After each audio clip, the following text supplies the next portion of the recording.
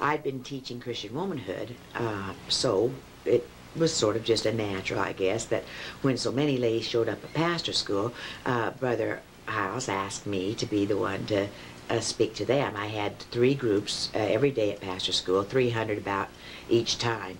I thought, well, I'll never speak to women again. To tell you the truth, I'd never liked ladies a whole lot. Ladies, I felt like that they were so nice to your face but stabbed you in the back. I shouldn't be telling a man this, but that's the way I felt. And and I just thought it was really ridiculous that I was going to be talking with them. But I went over and thought, well, I'll just tell them what I think, that they're a bunch of gossipy, gripey, complaining, whiny. I didn't know I was talking about myself, too. Only you could get away with that. I was talking about me, too. That's what's so sad. And I thought, I'll just tell how terrible we are, but I didn't tell them too much about what to do about it. I just said how bad we were. And I cannot tell you whether we sold 900 sets or 900 tapes. They were three to a set. I knew they were all going to come back on us, so I said, save the money. Because it was a bunch of just carrying on like I do, you know. And I just knew they were all going to come back. At the end of pastor school, Pat Hayes said, what are you going to do now that you've told them what all was wrong with them? I said, nothing. You know, I figured they'll never want to hear me again because I'd been so blunt, you know.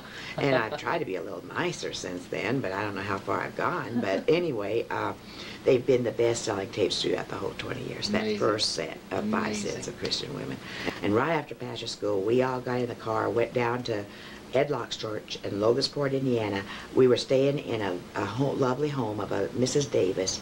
I was making the bed after on a Sunday morning after pastor school, and I didn't hear any audible voice, but I knew I was supposed to do a paper. I didn't know how, but I knew if I was going to do it, I was going to do it right away. I went up and asked preacher's approval.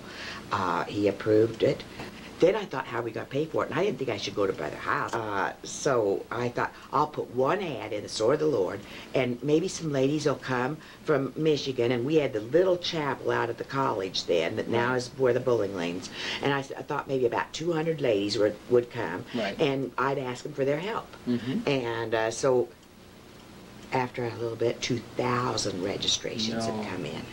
And from Alaska and California, I was panicky. Oh my. I thought, then I went to Brother Hiles. Yeah. Because, of course, it would not fit. And I said, all these registrations come in.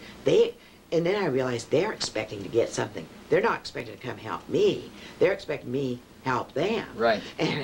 And he said, oh my, you know, because he said, you'll have to have the church, and, you know, of course, stood behind me the whole way. And so I'll never forget the first spectacular, because that's how it all came about. That's amazing. Thank you, Mrs. Evans.